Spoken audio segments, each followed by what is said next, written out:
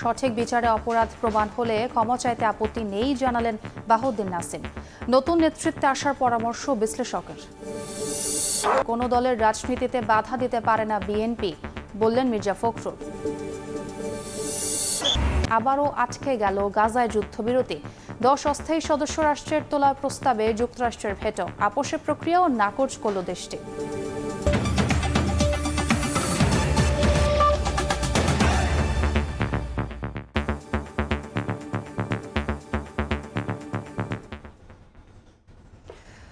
প্রবাসের সময়ের সঙ্গে আছি আমি ছোঁয়া খন্দকার। ভুলের জন্য অনুশোচনা ও ক্ষমা চাইতে প্রস্তুত আওয়ামী লীগ। দলটির একজন যুগ্ম সাধারণ সম্পাদক বলেছেন, উপযুক্ত পরিবেশ পেলে এবং সঠিক বিচারে অপরাধ প্রমাণ হলে ক্ষমা চাইতে আপত্তি নেই। একজন বিশ্লেষক মনে করেন, রাজনীতিতে সক্রিয় হতে শুধু ক্ষমা চাওয়াই নয়, নতুন নেতৃত্বে আসতে হবে আওয়ামী লীগকে। সানবীর রুপলের রিপোর্ট। আত্মগোপনে থেকে অনুশোচনা কি কারাগারে ভিতরে বসে করবে আওয়ামী লীগ? কিভাবে করবে?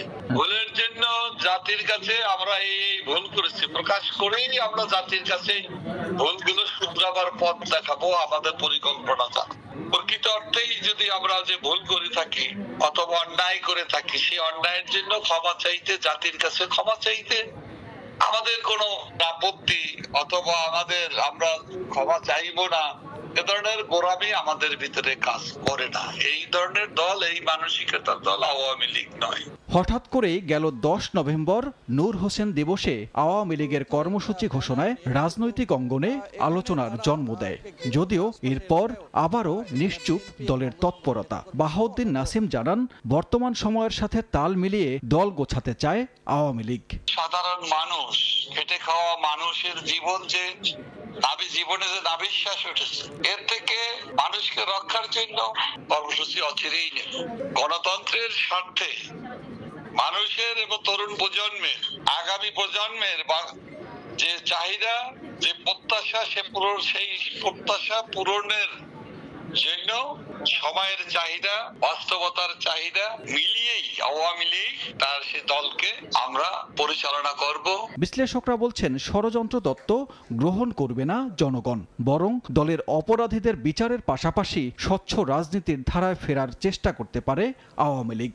বিচারের বিষয়টি একদিকে থাকবে, আবার নাগরিক হিসাবে, নেতাকর্মী হিসাবে, দলের সমর্থক হিসাবে তাদের মত প্রকাশের স্বাধীনতা থাকা উচিত। যারা অপরাধ করেছে সেটা ন্যায় বিচার হতে হবে। শেখ হাসিনা 1981 সালে দলের ভার নিয়েছেন, তার আগে তো দলটা চলেছেন, সুতরাং তিনি তখন নতুন নেতৃত্ব ছিলেন। আজকে 43 বছর পর তো নতুন নেতৃত্ব আসতেই পারে। তবে জুলাই আন্দোলনের ধারায় নতুন রাষ্ট্র কাঠামো ও রাজনৈতিক বন্দোবস্তে তরুণদের আকাঙ্ক্ষার প্রতিফলনকে প্রাধান্য দেওয়ার কথাও বলছেন এই বিশ্লেষক। ছাত্র গণ অভ্যুত্থান। সানবীর রুপল, সময় সংবাদ, ঢাকা। কোনো দলের রাজনীতিতে বাধা দিতে পারে না বিএনপি। আওয়ামী লীগের রাজনীতির বিষয় নির্ধারণ করবেন জনগণ। ফেনীতে বেগম খালেদা জিয়ার পৈতৃক বাড়ি পরিদর্শন ও স্থানীয় সমাবেশে যোগ দিয়ে বক্তব্য রাখেন মির্জা ফখরুল ইসলাম আলমগীর। 3 মাসেও নির্বাচনের রোড ম্যাপ না দেয়ায় ক্ষোভ প্রকাশ করে দ্রুত সংস্কার কাজ শেষ করার আহ্বান জানান তিনি। মহাসচিব বলেন, হাজারো নেতাকর্মীকে জেলে পাঠানো সহ টানা গুম, খুন, নির্যাতন করা হলেও মাঠ ছাড়েনি বিএনপি। 3 মাসেও নির্বাচনের রোডম্যাপ ঘোষণা না করায় অন্তর্বর্তী সরকারের উপর ক্ষোভ ঝাড়েন মির্জা ফখরুল। 3 মাস পর হয়ে গেল, এই সরকারের কাছে আশা করেছিলাম তারা আমাদেরকে পথ দেখাবেন, একটা জনগণকে আশ্বস্ত করবেন যে এই সময়ের মধ্যে আমি সংস্কারগুলো কমপ্লিট করতে পারবো, আর এই সময়ের মধ্যে আমি নির্বাচনের একটা রোড ম্যাপ। তো সেই রোড ম্যাপ আমরা বারবার চেয়েছি। এর আগে বিএনপির চেয়ারপারসন বেগম খালেদা জিয়ার পৈতৃক বাড়ি পরিদর্শন করেন মহাসচিব। সেখানে বন্যায় ক্ষতিগ্রস্তদের মাঝে শিক্ষা উপকরণ ও ঢেউটিন বিতরণ অনুষ্ঠানে তিনি বলেন, কারো রাজনীতিতে বাধা দিতে পারে না বিএনপি। নির্বাচনে আওয়ামী লীগের থাকা বা না থাকার সিদ্ধান্ত জনগণের। আমরা বলেছি যে আমাদের একটা রাজনৈতিক দল, কে নির্বাচন করবে, কে রাজনীতি করবে, কে রাজনীতি করবে না, সেটা তো নির্ধারণ করবে জনগণ। আমি একটা রাজনৈতিক দল হিসেবে তো সেই নির্ধারণ করতে পারি না। সুতরাং এখানে কোনো ভুল বুঝাবুঝির অবকাশ নাই। বিএনপির 31 দফা সংস্কার বাস্তবায়নে সবাইকে তাগিদ দিচ্ছেন দলটির কেন্দ্রীয় নেতারা। আতিয়া সজল, সময় সংবাদ, ফেনী। জনভোগান্তি সৃষ্টি ও কোনো ধরনের উস্কানিতে পা দিয়ে আন্দোলনে না জড়িয়ে দাবি দাওয়া নিয়ে সরকারের সঙ্গে আলোচনা করতে অনুরোধ জানিয়েছেন উপদেষ্টা মাহফুজ আলম। এদিকে আইন শৃঙ্খলা পরিস্থিতির উন্নতির লক্ষ্যে পুলিশের শীর্ষ পদে রদবদল আনা হয়েছে বলেও বুধবার প্রেস ব্রিফিংয়ে জানিয়েছেন আরেক উপদেষ্টা আসিফ মাহমুদ। ফরেন সার্ভিস একাডেমিতে চলমান বিক্ষোভগুলোতে সরকারের ভূমিকা নিয়ে জানতে চান সাংবাদিকরা। জবাবে এটিকে দুঃখজনক উল্লেখ করে দুই উপদেষ্টা পরামর্শ দিলেন কোনো উস্কানিতে পা না দিয়ে সরকারের সঙ্গে আলোচনা করতে। পাথর ছুঁড়ে একটা বাচ্চার পর্যন্ত মাথা ফেটে গেছে, এ ধরনের দুঃখজনক ঘটনা ঘটেছে এবং আজকেও ঢাকা কলেজ এবং সিটি কলেজের মধ্যে সংঘর্ষ হয়েছে। এখন আমরা স্পষ্ট না যে কি বিষয় নিয়ে তাদের মধ্যে সংঘর্ষ হয়েছে এবং এই অঞ্চলটাতে আমরা প্রায় এই ধরনের ঘটনা দেখে থাকি। উস্কানি অথবা এক ধরনের যে নেগেটিভ এনার্জি আছে ওগুলো না করে বরং আপনারা সরকারের সাথে প্রপার চ্যানেলে আসেন, কথা বলেন এবং সরকার আপনাদেরকে শুনতে ইচ্ছুক এবং আপনারা সমাধানের দিকে এগিয়ে যান। এদিকে আইন শৃঙ্খলা পরিস্থিতি নিয়ে উদ্বেগের মাঝেই রদবদল হলো পুলিশের শীর্ষ পদে। আইজিপি করা হয়েছে বাহারুল আলমকে আর ডিএমপির কমিশনার সাজ্জাদ আলী। চলমান পরিস্থিতির উন্নতি করতেই এমন পদক্ষেপ বলে জানান উপদেষ্টা আসিফ মাহমুদ। দেশের যে আইন শৃঙ্খলা, জননিরাপত্তা এই বিষয়গুলো আরো জোরদার করার জন্য পুলিশে এই পরিবর্তনটা সরকার এনেছে এবং এছাড়াও প্রশাসন সহ আরো বিভিন্ন জায়গায় যেখানে স্থবিরতা নিয়ে প্রশ্ন উঠছে বিভিন্ন জায়গায়, সেক্ষেত্রেও সরকার আরো কিছু পরিবর্তন নিয়ে আসবে। যেসব পোশাক কারখানা চালানোর মতো সক্ষমতা মালিকের নেই সেগুলোর শ্রমিকদের বেতন ভাতা পরিশোধ করে সরকার কারখানাগুলো বন্ধের সিদ্ধান্ত নিতে যাচ্ছে বলেও জানান উপদেষ্টা আসিফ মাহমুদ। তাজওয়ার মাহমিদ, সময় সংবাদ, ঢাকা। অপরিকল্পিতভাবে 7 কলেজকে ঢাকা বিশ্ববিদ্যালয়ের অধিভুক্ত করা হয়েছে বলে জানিয়েছেন শিক্ষা উপদেষ্টা। বুধবার সকালে ঢাকা কলেজের 183তম প্রতিষ্ঠা বার্ষিকী উপলক্ষে আয়োজিত অনুষ্ঠানে কথা জানান তিনি। বলেন, 7 কলেজকে স্বতন্ত্র পরিচয় দেয়া যায় কিনা তা নিয়ে কাজ করতে বিশেষজ্ঞ কমিটি গঠন করতে যাচ্ছে শিক্ষা মন্ত্রণালয়। বিশেষজ্ঞ কমিটি অতি শীঘ্র করতে যাচ্ছে সর্বোচ্চ স্তরে, যারা এই কলেজগুলোর একত্রিত একটা প্রাতিষ্ঠানিক রূপ দেবে, অবকাঠামো কি করে আরো বাড়ানো যায় এবং সেগুলোকে সমন্বিত ভাবে একটা প্রাতিষ্ঠানিক রূপ কি করে দেওয়া যায়, সেটার নাম তোমাদের সকলের সাথে আলোচনা করেই দেয়া হবে। 20টি সংশোধনী এনে আন্তর্জাতিক অপরাধ ট্রাইব্যুনাল সংশোধন অধ্যাদেশের খসড়া অনুমোদন দিয়েছে উপদেষ্টা পরিষদ। বিচার কাজের অডিও ভিডিও রেকর্ড ও বিদেশি আইনজীবী ও পর্যবেক্ষক রাখা যাবে। বৈঠক শেষে সচিবালয়ে মন্ত্রিপরিষদ সচিব আরও জানান, বিদ্যুৎ ও জ্বালানির দ্রুত সরবরাহ বৃদ্ধি বিশেষ বিধান বাতিলের সিদ্ধান্ত নেওয়া হয়েছে। অন্তর্বর্তী সরকার গঠনের পর প্রথমবার সচিবালয়ে হলো উপদেষ্টা পরিষদের বৈঠক। এতে সভাপতিত্ব করেন প্রধান উপদেষ্টা ডক্টর মোহাম্মদ ইউনুস। বৈঠকে আন্তর্জাতিক অপরাধ ট্রাইব্যুনাল সংশোধন অধ্যাদেশের খসড়া উপস্থাপন করা হলে অনুমোদন দেয় উপদেষ্টা পরিষদ। খসড়ায় মানবতা বিরোধী অপরাধের অভিযোগে রাজনৈতিক দলকে বিচারের আওতায় আনার যে প্রস্তাব ছিল তা বাতিল করা হয়েছে। সন্ধ্যায় এ নিয়ে ব্রিফিং করে প্রধান উপদেষ্টার কার্যালয়। এখানে অধ্যাদেশটির বিভিন্ন বিষয় নিয়ে ব্যাখ্যা দেন আইন উপদেষ্টা। কোনো রাজনৈতিক দল বা অন্য কোনো সংগঠন তাদের অপরাধমূলক কার্যক্রমের জন্য যদি নিষিদ্ধ করার প্রয়োজন হয়, যদি নিষিদ্ধ করার দাবি উঠে সমাজে, তাহলে আমাদের অন্যান্য আইন রয়েছে। সংগঠনকে নিষিদ্ধ করার প্রশ্ন আসলে এই আইনকে অযথাই প্রশ্নবিদ্ধ করার সুযোগ সৃষ্টি হবে। আমরা সেই সুযোগ দিতে চাই না। ক্রাইম এগেইনস্ট হিউম্যানিটি, এটা ডেফিনেশন, জেনোসাইডের ডেফিনেশন, এটা আমরা রোম স্ট্যাটিউট অবলম্বনে করেছি, যে রোম স্ট্যাটিউটে বাংলাদেশ পক্ষ রাষ্ট্র হয়েছে। এই আইনে যারা অভিযুক্ত পক্ষ আছে তাদেরকে প্রসিকিউশনের সমান সুযোগ দেওয়া হয়েছে। তিনি আরো জানান, আদালত চাইলে বিচার কার্যক্রমের অডিও এবং ভিডিও রেকর্ড করতে পারবেন। বিচার কাজে বিদেশি আইনজীবী নিয়োগ ও বিদেশি পর্যবেক্ষক রাখা যাবে। ট্রাইব্যুনাল ওনারা ইচ্ছা করলে এই বিচার কার্যটা অডিও ভিজুয়াল রেকর্ডিং করতে পারেন এবং ওনারা যদি মনে করেন যে এটা প্রচার করা দরকার বা কোনো অংশ প্রচার করা দরকার, সেটা প্রচার করবেন। আন্তর্জাতিক বা দেশীয় হিউম্যান রাইটস অর্গানাইজেশন যে চায় এই বিচার শুদ্ধভাবে হচ্ছে কিনা, গ্রহণযোগ্যভাবে হচ্ছে কিনা, ওনারা এখন উপস্থিত থেকে এটা মনিটরিং এর কাজ করতে পারে, অবজার্ভ করতে পারে। উপদেষ্টা পরিষদে বিদ্যুৎ ও জ্বালানির দ্রুত সরবরাহ বৃদ্ধি বিশেষ বিধান আইন 2010 বাতিলের সিদ্ধান্ত নেওয়া হয়। বিদ্যুৎ ও জ্বালানির দ্রুত সরবরাহ বৃদ্ধি বিশেষ বিধান আইন 2010 সেটা রহিত করার একটা প্রস্তাব ছিল, আলাপ আলোচনার পরে সেটিও গৃহীত হয়েছে। উপদেষ্টা পরিষদের বৈঠকে মুজিব বর্ষ উপলক্ষে চলতি অর্থ বছরের বরাদ্দ বাতিল করা হয় এবং আলোচনা করা হয় শ্রম পরিস্থিতি নিয়ে। অন্যদিকে আন্তর্জাতিক অভিবাসী দিবস এবং জাতীয় প্রবাসী দিবস 18 ডিসেম্বর একই দিনে উদযাপনের সিদ্ধান্ত নেওয়া হয়। মাননীয় প্রধান উপদেষ্টার প্রসূন আশিস, সময় সংবাদ, ঢাকা। বাংলাদেশের গণতন্ত্র পুনরুদ্ধারে অন্তর্বর্তী সরকারের প্রচেষ্টা প্রত্যক্ষ করতে যুক্তরাষ্ট্রের রিপাবলিকান পার্টির নেতাদের বাংলাদেশ সফরের আহ্বান জানিয়েছেন প্রধান উপদেষ্টা অধ্যাপক ডক্টর মোহাম্মদ ইউনূস। বুধবার ঢাকায় রাষ্ট্রীয় অতিথি ভবন যমুনায় ইন্টারন্যাশনাল রিপাবলিকান ইনস্টিটিউটের ঊর্ধ্বতন কর্মকর্তারা তার সঙ্গে সাক্ষাৎ করলে আহ্বান জানান তিনি। ডক্টর ইউনূস বলেন, তার সরকার গুরুত্বপূর্ণ সংস্কার করে নির্বাচন আয়োজন করবে। নবনির্বাচিত মার্কিন প্রেসিডেন্ট ডোনাল্ড ট্রাম্প প্রশাসনের সঙ্গে বাংলাদেশ ঘনিষ্ঠভাবে কাজ করতে চায় বলেও জানান তিনি।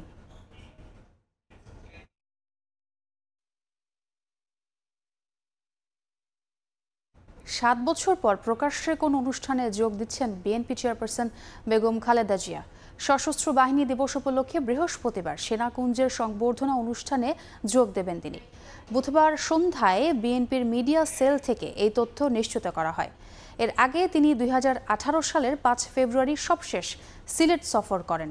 মঙ্গলবার রাতে সেনাবাহিনীর chief of general staff lieutenant general Mizanur Rahman Shamim এবং সশস্ত্র বাহিনী বিভাগের principal staff officer lieutenant general ASM Kamrul Ahsan আমন্ত্রণপত্রটি বিএনপি চেয়ারপারসনের কাছে পৌঁছে দেন।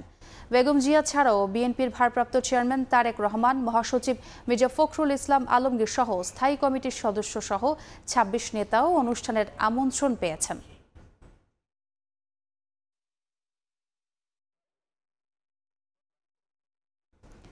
নির্বাচন কমিশনের আইন ও বিধানে দুর্বলতা আছে বলে মন্তব্য করেছেন নির্বাচন ব্যবস্থা সংস্কার কমিশনের প্রধান ডক্টর বদিউল আলম মজুমদার। ইসি সচিব শফিউল আজিম বলেন, নির্বাচন কমিশনের কাজে যাতে কেউ হস্তক্ষেপ করতে না পারে সে ব্যাপারে প্রয়োজনীয় সংস্কার করতে হবে। এদিকে নির্বাচন ব্যবস্থা সংস্কার কমিশনের সঙ্গে সংলাপ শেষে সাবেক সিইসি বিচারপতি আব্দুর রউফ সাংবাদিকদের বলেন, নির্বাচন ব্যবস্থা পুনরুদ্ধারে বন্ধ করতে হবে মনোনয়ন বাণিজ্য।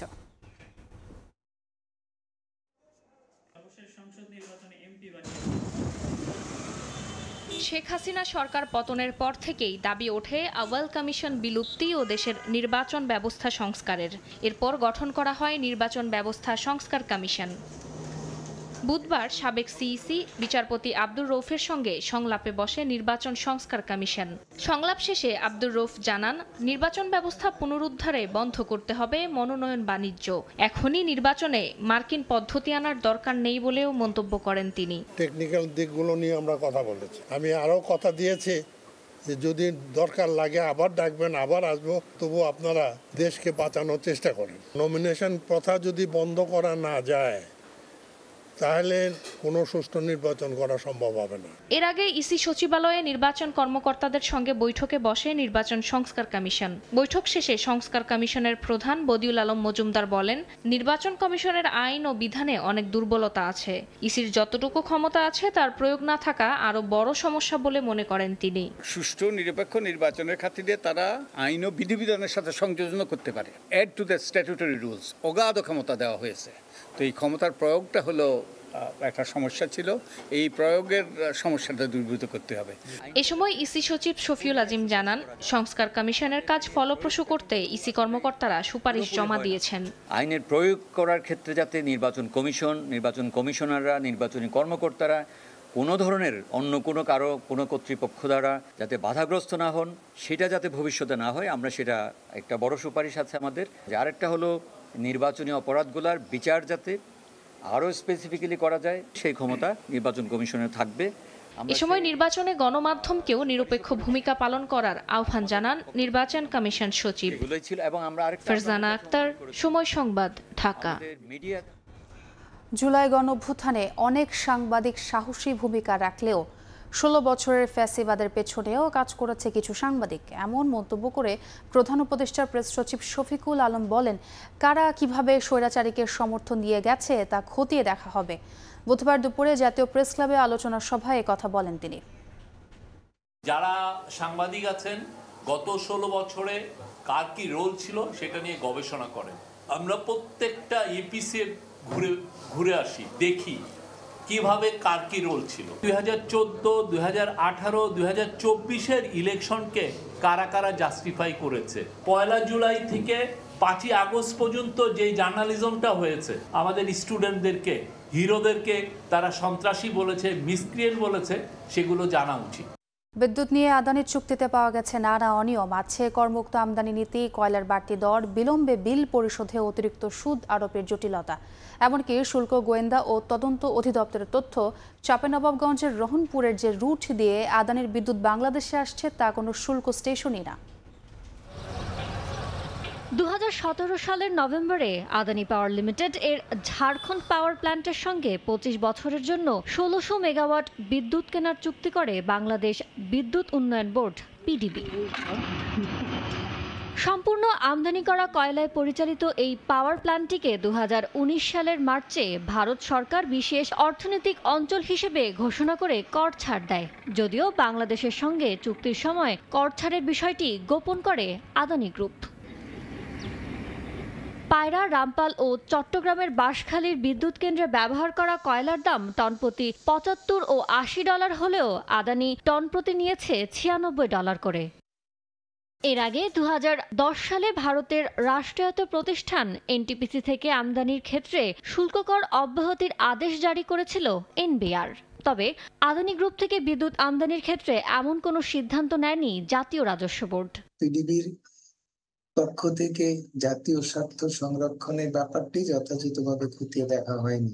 শুল্ক স্টেশন বলে পরিচিত চাঁপাইনবাবগঞ্জের রহনপুর দিয়ে আদানির বিদ্যুৎ বাংলাদেশে ঢুকলেও তা কোনো শুল্ক স্টেশন না বলে জানিয়েছে শুল্ক গোয়েন্দা। এই চুক্তিটা খুব স্বচ্ছভাবে হয় নাই। যে চুক্তিটা যদি তার আরেকটা সরকারি প্রতিষ্ঠানকে পাঠাতে, যেখান থেকে তার শুল্ক সুবিধা নিবে, তার কাছে পাঠাতে তাদের অসুবিধা কোথায় ছিল? আদানির চুক্তিতে উল্লেখ আছে আমদানি পর্যায়ে শুল্ক কর মওকুফের আদেশ যথাযথ কর্তৃপক্ষের মাধ্যমে অনুমোদনের দায়বদ্ধ থাকবে পিডিবি। এদিকে বিল পরিশোধে বিলম্বের জন্য বছরে 15% চড়া সুদ ধরা আছে আদানির চুক্তিতে, যা পায়রায় নেই। এমন সব জটিলতার মধ্যে বিদ্যুতের 22% বাড়তি দাম নতুন করে চাইছে আদানি। পাশাপাশি আছে বকেয়া বিল পরিশোধের চাপও। ইয়ানুর শিফাত, সময় সংবাদ, ঢাকা। সরবরাহ ব্যবস্থাপনায় দুর্বলতার কারণে বাজারে পণ্যের দাম কমছে না বলে মনে করেন বাণিজ্য উপদেষ্টা শেখ বশির-উদ্দিন। জানান, সরবরাহ বাড়ানোর জন্য সব ধরনের চেষ্টা করছে সরকার। রাজধানীর কারওয়ান বাজারে 40 টাকা কেজি দরে টিসিবির আলু বিক্রি কার্যক্রম উদ্বোধন অনুষ্ঠানে তিনি কথা বলেন। জানান, বাংলাদেশের সাথে কোনো দেশেরই বাণিজ্য নিয়ে টানাপোড়েন নেই, প্রয়োজনে সব দেশ থেকেই আমদানি করা হবে। কেজি প্রতি 40 টাকায় আলুসহ আরও 4টি নিত্যপণ্য কিনতে ট্রাকের সামনে দীর্ঘ সময় ধরে লম্বা লাইনে অপেক্ষা করছেন ক্রেতারা। বুধবার থেকে নভেম্বর মাসের পণ্য বিক্রি কার্যক্রম শুরু করেছে সরকারি বিপণন সংস্থা টিসিবি। আগে তো চাল, ডাল, তেল দিত, আজকেও পাইছি আর বাড়তি ডালটা পাইছি। 2 ঘন্টা ধরে লাইন দাঁড়িয়ে রয়েছি, আরো 1 ঘন্টা লাগবে। বাজারে যদি একটু কম দাম হইতো আমগো আরো একটু সুবিধা হইতো। বুধবার সকালে টিসিবির আলু বিক্রির কার্যক্রমের উদ্বোধন করেন বাণিজ্য উপদেষ্টা শেখ বশির-উদ্দিন। এ সময় তিনি জানান, ভোক্তাদের স্বস্তি দিতে কাজ করছে সরকার। এই মূল্যস্ফীতি বেসিক্যালি সরবরাহ ব্যবস্থায় সরবরাহ কেন্দ্রিক। সো আমাদের এই সরবরাহ ব্যবস্থাকে উন্নত করার জন্য আমরা রাত দিন কাজ করছি। বাংলাদেশের সঙ্গে কোনো দেশেরই বাণিজ্য নিয়ে টানাপোড়েন নেই উল্লেখ করে বাণিজ্য উপদেষ্টা বলেন, বাজার স্থিতিশীল রাখতে আশেপাশে সব দেশ থেকেই পণ্য আমদানি করা হবে। আমার কাছে Bharat, Pakistan, China is no issue. আমি সবাইকে সংযুক্ত করতে চাই। সরবরাহ বেড়ে দাম না কমা পর্যন্ত টিসিবি আলু বিক্রি কার্যক্রম অব্যাহত রাখবে বলেও জানানো হয়। ফরহাদুর রহমান, সময় সংবাদ, ঢাকা। জাতিসংঘের নিরাপত্তা পরিষদে গাজায় যুদ্ধবিরতি সংক্রান্ত একটি প্রস্তাবে আবারও ভেটো দিয়েছে যুক্তরাষ্ট্র। এতে গাজায় যুদ্ধে যুক্তরাষ্ট্র সরাসরি যুক্ত বলে দাবি করেছে হামাস। যুক্তরাষ্ট্রের দাবি, নিঃশর্ত যুদ্ধবিরতিতে তারা রাজি নয়। এছাড়াও বুধবার গাজা, পশ্চিম তীর, লেবানন এবং সিরিয়ার বিভিন্ন জায়গায় হামলা চালায় ইসরায়েল। এতে হতাহত হয়েছেন অর্ধশত মানুষ। চলমান এই বর্বরতার মুখে জাতিসংঘের নিরাপত্তা পরিষদে গাজায় যুদ্ধবিরতির প্রস্তাব তোলা হয়। এতে গাজায় অবিলম্বে নিঃশর্ত এবং স্থায়ী যুদ্ধবিরতির পাশাপাশি জিম্মিদের মুক্তির দাবি জানানো হয়। তবে স্থায়ী সদস্য রাষ্ট্র হিসেবে এই প্রস্তাবে ভেটো দিয়েছে যুক্তরাষ্ট্র। এতে বিশ্বজুড়ে সমালোচনার মুখে পড়েছে বাইডেন প্রশাসন। এমন সিদ্ধান্তে যুদ্ধবিরতি চুক্তি নাকচ করে ইসরায়েলকে যুদ্ধ চালিয়ে যাওয়ার ইঙ্গিত দিচ্ছে ওয়াশিংটন। এদিকে যুক্তরাষ্ট্রের তৈরি যুদ্ধবিরতি চুক্তির শর্তাবলী পড়ে নিজেদের মতামত জানিয়েছেন বলে জানান হিজবুল্লাহ প্রধান নাঈম কাশেম। লেবাননের সশস্ত্র গোষ্ঠী হিজবুল্লাহর প্রকাশিত এক ভিডিও বার্তায় তিনি জানান, লেবাননে বর্বরতা বন্ধের সিদ্ধান্ত এখন ইসরায়েলের হাতে। যুক্তরাষ্ট্রের দূত আমোস হচস্টেইন ইসরায়েলে যাওয়ার ঘোষণা দেওয়ার কয়েক ঘন্টা পরেই এই বার্তা প্রকাশ করে হিজবুল্লাহ। সাদিয়া তাসনিম, সময় সংবাদ। নবনির্বাচিত মার্কিন প্রেসিডেন্ট ডোনাল্ড ট্রাম্পের সিদ্ধান্তকে চ্যালেঞ্জ করে লস অ্যাঞ্জেলেসকে অভিবাসীদের সুরক্ষায় অভয়ারণ্য শহর ঘোষণা করা হয়েছে। মঙ্গলবার এ সংক্রান্ত অধ্যাদেশ পাশ করেছে সিটি কাউন্সিল নেতারা। শহরের মেয়র এই সিদ্ধান্তকে সাধুবাদ জানিয়ে অভিবাসীদের সঙ্গে একাত্মতা প্রকাশ করেছেন। যুক্তরাষ্ট্রের লস অ্যাঞ্জেলেস থেকে লস্কর আল মামুনের রিপোর্ট। যুক্তরাষ্ট্র থেকে অবৈধ অভিবাসীদের বিতাড়িত করার পরিকল্পনার কথা আগেই জানিয়েছেন নবনির্বাচিত মার্কিন প্রেসিডেন্ট ডোনাল্ড ট্রাম্প। এমনকি এই পরিকল্পনা বাস্তবায়নে সেনাবাহিনী ব্যবহার ও সীমান্ত নিরাপত্তা নিয়ে জাতীয় জরুরি পরিস্থিতি জারির কথাও জানান তিনি। তার এমন সিদ্ধান্তে দুশ্চিন্তায় আছেন দেশটিতে থাকা অভিবাসীরা। তবে এবার অভিবাসীদের সুরক্ষায় বড় এক সিদ্ধান্ত নিল ডেমোক্র্যাট অধ্যুষিত অঙ্গরাজ্য ক্যালিফোর্নিয়ার লস অ্যাঞ্জেলেস শহর। অভিবাসীদের সুরক্ষায় লস অ্যাঞ্জেলেসকে অভয়ারণ্য শহর ঘোষণা করে মঙ্গলবার একটি অধ্যাদেশ পাশ করেছেন সিটি কাউন্সিল নেতারা। পরে কাউন্সিলের এক সদস্য বলেন, ট্রাম্পের সিদ্ধান্তের জেরে অভিবাসীদের ভবিষ্যৎ নিয়ে আশঙ্কার কথা বিবেচনায় নিয়ে এমন পদক্ষেপ নেওয়া হয়েছে। শহরের মেয়র এই সিদ্ধান্তকে সাধুবাদ জানিয়ে অভিবাসীদের সঙ্গে একাত্মতা প্রকাশ করেছেন। এদিন সিটি কাউন্সিলের বাইরে জড়ো হন শত শত অভিবাসী। অধ্যাদেশ পাশ করার সিদ্ধান্তকে স্বাগত জানান তারা। ক্যালিফোর্নিয়ার সাবেক গভর্নর জেরি ব্রাউন 2017 সালে অভয়ারণ্য রাজ্য আইনে স্বাক্ষর করেন। এতে বলা হয়, রাজ্যের কোনো বাসিন্দাকে তাদের অভিবাসন অবস্থা সম্পর্কে জানতে চেয়ে হয়রানি করতে পারবে না আইন শৃঙ্খলা রক্ষাকারী বাহিনী। এবার অঙ্গরাজ্যের শহর হিসেবে সেই আইন মেনে লস অ্যাঞ্জেলেসের নতুন পুলিশ প্রধান জিম ম্যাকডোনেলও ট্রাম্পের গণনির্বাসনের কাজে সহযোগিতা না করার প্রতিশ্রুতি দিয়েছেন। তবে আইন বিশেষজ্ঞরা মনে করছেন, সিটি কাউন্সিলের এই অধ্যাদেশ ফেডারেল সরকারকে লস অ্যাঞ্জেলেসে গণনির্বাসন চালানো থেকে বিরত রাখতে যথেষ্ট হবে না। যদিও ট্রাম্প প্রশাসনের বিরুদ্ধে এটিকে বড় চ্যালেঞ্জ হিসেবে দেখছেন তারা। লস্কর আল মামুন, সময় সংবাদ, লস অ্যাঞ্জেলেস, যুক্তরাষ্ট্র। কলকাতায় বাংলাদেশি পর্যটক তলানিতে নেমে যাওয়ায় বড়সড় আর্থিক ক্ষতির মুখে পড়েছেন স্থানীয় ছোট বড় মাঝারি সব ধরনের ব্যবসায়ী। আবাসিক হোটেল, খাবারের দোকান, ট্যাক্সি চালকদের চোখে মুখেও নেমে এসেছে অন্ধকার। গেল 5 আগস্টের পর থেকে ঢাকা নয়াদিল্লির শীতল সম্পর্কের জেরে পর্যটক ভিসা প্রায় বন্ধ করে দিয়েছে ভারত। বিশ্বজিৎ দাসের ক্যামেরায় সুব্রত আচার্যের রিপোর্ট। অক্টোবর থেকে মধ্য জানুয়ারি প্রায় 4 মাস কলকাতার নিউ মার্কেট এলাকার ব্যবসায়ীরা বছরের সেরা সময় পার করেন। অন্য রাজ্যের পাশাপাশি বাংলাদেশ থেকেও আসেন পর্যটকরা। তবে বহু বছরের চিরাচরিত এ চিত্র পাল্টে গেছে ঢাকা দিল্লির শীতল সম্পর্কের জেরে। বাংলাদেশিদের গত আগস্টের পর থেকে পর্যটক ভিসা দেয়া বন্ধ রেখেছে ভারত। আর যারা এর আগে ভিসা করেছেন তাদের 6 মাসের ভিসার মেয়াদ শেষ হবে ডিসেম্বরে। কলকাতার মার্কেট বা হোটেল পাড়ায় যে কজন বাংলাদেশি পর্যটককে দেখা যাচ্ছে তাদের বেশিরভাগেরই ভিসা ইস্যু হয়েছে জুলাইয়ে। আমার মেয়েও অসুস্থ, আমার ছেলেও অসুস্থ, এরা সবাই নিয়মিত 3 মাস পর পরই ভারতে এসে চিকিৎসা নিত।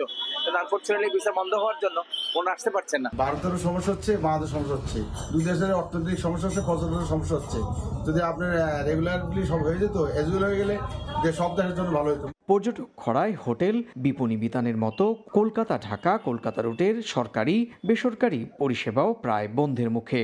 প্যাসেঞ্জাররা যাচ্ছে, উনি তো রিটার্ন আসছেন না, ওনার তো সমস্যা হচ্ছে। অন্য ব্যবসা করতে হবে, ব্যবসা তো আর চলবে না। অ্যাকচুয়ালি সম্পূর্ণ এটা হচ্ছে বিডি এলাকা, বাংলাদেশিদের উপরেই ডিপেন্ড করে। কলকাতাটার কিছু অংশ শিলিগুড়ি, দার্জিলিং সব বাংলাদেশিরাই বেশি আছে। যা লোক এই সময় আসার কথা তার অন্তত 25% লোকও নেই। বর্তমান অবস্থা অব্যাহত থাকলে আগামী জানুয়ারিতে কলকাতা বাংলাদেশি পর্যটক শূন্য হয়ে পড়বে বলে ধারণা স্থানীয় ব্যবসায়ীদের। স্থানীয় ব্যবসায়ীরা বলছেন, এই অবস্থা চলতে থাকলে তাদের অনেকেরই ব্যবসা প্রতিষ্ঠান বন্ধ করে দিতে হবে। বিশেষ করে যারা জুলাই মাসে শেষ বাংলাদেশ থেকে ভারতে আসার ভিসা পেয়েছেন, তাদের ভিসার মেয়াদ 31 ডিসেম্বরের মধ্যে শেষ হয়ে যাচ্ছে। তাহলে জানুয়ারিতে কি হবে? সেই প্রশ্নই এখন দেখা দিয়েছে কলকাতায় হাজার হাজার কোটি টাকা বিনিয়োগ করা ব্যবসায়ীদের চোখে মুখে। কলকাতার মার্কুই স্ট্রিট থেকে সুব্রত আচার্য, সময় সংবাদ। কুয়েতে অনুষ্ঠিত ১৩তম আন্তর্জাতিক হিফজুল কোরআন প্রতিযোগিতায় প্রথম হয়েছেন বাংলাদেশের আনাস মাহফুজ। এর সঙ্গে কেরাত গ্রুপে তৃতীয় স্থান অর্জন করেছেন আরেক বাংলাদেশি কারি আবু জুয়ার গিফারি। প্রতিযোগিতায় বিশ্বের ৭০টিরও বেশি দেশ থেকে প্রতিযোগীরা অংশগ্রহণ করেন। কুয়েত থেকে মঈন সুমনের রিপোর্টে বিস্তারিত। কুয়েতের আন্তর্জাতিক হিফজুল কোরআন প্রতিযোগিতায় চমক দেখালো বাংলাদেশ। অনূর্ধ্ব-13 সিগারুল হুফাজ গ্রুপে প্রথম স্থান অর্জন করেছে মার্কাজু ফয়জিল কুরআন আল ইসলামের শিক্ষার্থী আনাস মাহফুজ। এছাড়া কেরাত গ্রুপে তৃতীয় স্থান লাভ করেছেন কারি আবু জুয়ার গিফারি। গত 14 নভেম্বর কুয়েতের ধর্ম মন্ত্রণালয় এই প্রতিযোগিতার আয়োজন করে। স্থানীয় ক্রাউন প্লাজা হোটেলে এটি অনুষ্ঠিত হয়। ফলাফল ঘোষণা করা হয় 19 নভেম্বর সন্ধ্যায়। বিজয়ীদের হাতে পুরস্কার তুলে দেন দেশটির ধর্মমন্ত্রী ডক্টর মোহাম্মদ ইব্রাহিম মোহাম্মদ আল ওয়াসমি। নিজেদের অভিমত ব্যক্ত করতে গিয়ে বিশ্ব বিজয়ীরা দেশবাসীর কাছে দোয়া চেয়েছেন। মার্কাজে ফয়জুল কুরআন ইসলামী মাদ্রাসার ছাত্র, কুয়েতে আন্তর্জাতিক হিফজুল কোরআন প্রতিযোগিতায় প্রথম স্থান অধিকার করেছি। দেশবাসীর কাছে দোয়া চাই, আমি জানি সামনে আরো অনেক ভালো করতে পারি। আমাদেরকে বলে মিন আইনা আনত, আনা মিন বাংলাদেশ, তখন আমাদের গর্ব হয় যে আলহামদুলিল্লাহ আমরা বাংলাদেশি। বিজয়ী বাংলাদেশিদের অভিনন্দন জানিয়ে মার্কাজু ফয়জিল কুরআন আল ইসলামী মাদ্রাসার হিফজ বিভাগীয় প্রধান বলেন, এই অর্জন বাংলাদেশকে বিশ্বমঞ্চে উচ্চ স্থানে নিয়ে গেছে। ছোটদের যেই গ্রুপ 13 বছর অনূর্ধ্ব 13 বছর হিফজুল যারা পরিপূর্ণ হিফজ সম্পন্ন করেছে, সেই গ্রুপে পুরো পৃথিবীতে এই প্রথম বাংলাদেশের কোনো হাফেজ এই প্রথম স্থান অর্জন করেছে। মুসলিম বিশ্বে বাংলাদেশের এই অর্জন গৌরবের বলে মনে করেন কুয়েতের ধর্ম মন্ত্রণালয়ের ইমাম খতিব ফায়েজ হামুদ আল এনাজি। বিশ্বের বিভিন্ন দেশ থেকে প্রতিযোগীরা অংশগ্রহণ করেছেন। আমরা বাংলাদেশকেও আমন্ত্রণ করেছিলাম। বাংলাদেশ অনেক ভালো করেছে। আমার জানা মতে বাংলাদেশে অনেকে তাদের সন্তানদের কুরআন শিখায়, হাফেজ বানায়। এই জয় বাংলাদেশের জন্য আল্লাহর রহমত। এদিকে প্রতিযোগিতায় বিজয়ীদের সংবর্ধনা দিয়েছে কুয়েতের প্রবাসী বাংলাদেশিরা। বিদেশের মাটিতে এই অর্জন বাংলাদেশের ভাবমূর্তি উজ্জ্বল করবে বলে জানান তারা। মঈন সুমন, সময় সংবাদ, কুয়েত। চ্যাম্পিয়ন্স ট্রফি দিয়েই কি আবারও আন্তর্জাতিক ক্রিকেটে ফিরছেন তামিম ইকবাল? ক্রিকেট বোর্ডের কর্মকর্তাদের কথাতে তেমনই ইঙ্গিত। ক্রিকেট অপারেশনস ইনচার্জ বলছেন, ওয়ানডেতে বিবেচনায় থাকার কারণে অনুশীলন করার জন্য সর্বোচ্চ সুবিধা দেয়া হচ্ছে তামিমকে। প্রশ্ন উঠেছে সেন্ট্রাল উইকেট ব্যবহারের যৌক্তিকতা নিয়ে। জাতীয় দল থেকে 1 বছরের বেশি সময় ধরে বাইরে তামিম। গত বছরের সেপ্টেম্বরে শেষবার দেশের হয়ে এই মাঠে খেলেন তামিম। এরপর থেকেই হোম অফ ক্রিকেটই তার প্র্যাকটিস গ্রাউন্ড। ইনডোর জিম থেকে সেন্ট্রাল উইকেট সবখানে অবাধ বিচরণ। যদিও বিসিবির গঠনতন্ত্র বলছে হোম অফ ক্রিকেটের ফ্যাসিলিটিস কেবল কেন্দ্রীয় চুক্তির ক্রিকেটারদের জন্য। বিশেষ বিবেচনায় সেখানে অনুশীলনের সুযোগ পেতে পারে এইচপি কিংবা এ দল। এছাড়া ব্যক্তিগত অনুশীলনের প্রয়োজন হলে নিজ খরচে বিকল্প খুঁজে নেওয়ার পরামর্শও দেয়া হয়েছে ক্রিকেট বোর্ডের পক্ষ থেকে। এটা একটা টেস্ট ভেন্যু, এখানে মেইন পিচ কিভাবে পায় একজন যে কোনো এসে ইন্ডিভিজুয়াল। আমি এখন মোটামুটি বছরে 1 কোটি টাকা ইনকাম করি, তা আমি কেন নিজের প্র্যাকটিসের ব্যবস্থা করে নেই না? তবে সে পরামর্শ খাটে না তামিম ইকবালের ক্ষেত্রে। খান সাহেবের জন্য বিশেষ ব্যবস্থার কারণ বিসিবির পরিকল্পনা। এখনো ওয়ানডে টিমের বিবেচনায় আছেন এই ওপেনার। তামিম ইকবালকে এখন তুমি কোন ক্যাটাগরিতে ফেলবা? উনি সেন্ট্রাল কন্ট্রাক্টে নাই, এই বছর নাই, but he might come back না। ফর্মার ক্যাপ্টেন তামিম ইকবাল কিছুদিন আগে ন্যাশনাল টিমের ক্যাপ্টেন ছিল এবং he might come back to the one day squad if he is fit. 17 বছরের ক্যারিয়ার, দেশকে নেতৃত্ব দেওয়ার অতীত, সব মিলিয়ে বিসিবির এতটুকু সুবিধা পেতেই পারেন তামিম। তবে প্রশ্ন উঠেছে সেন্ট্রাল উইকেটের ব্যবহার নিয়ে। এমনিতেই ম্যাচের ব্যস্ততায় যাচ্ছে তাই অবস্থা এই ভেন্যুর উইকেটের। কালে ভদ্রে যতটুকু বিশ্রাম মেলে সেখানে ব্যক্তিগত অনুশীলনকে চরম বিলাসিতাই বলা চলে।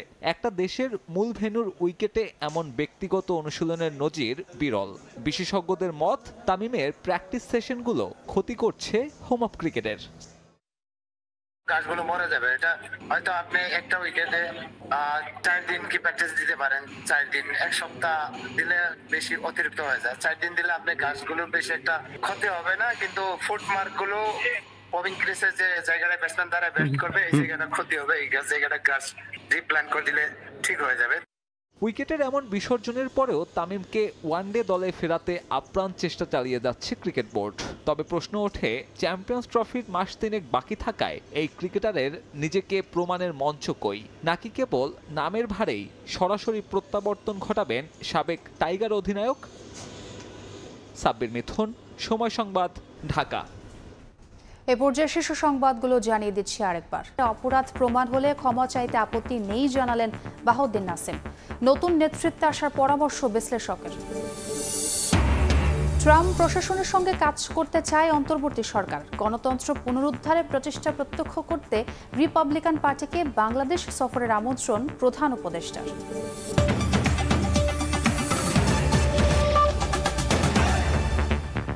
এ ছিল প্রবাসী সময়ের সঙ্গেই থাকুন সময়ের।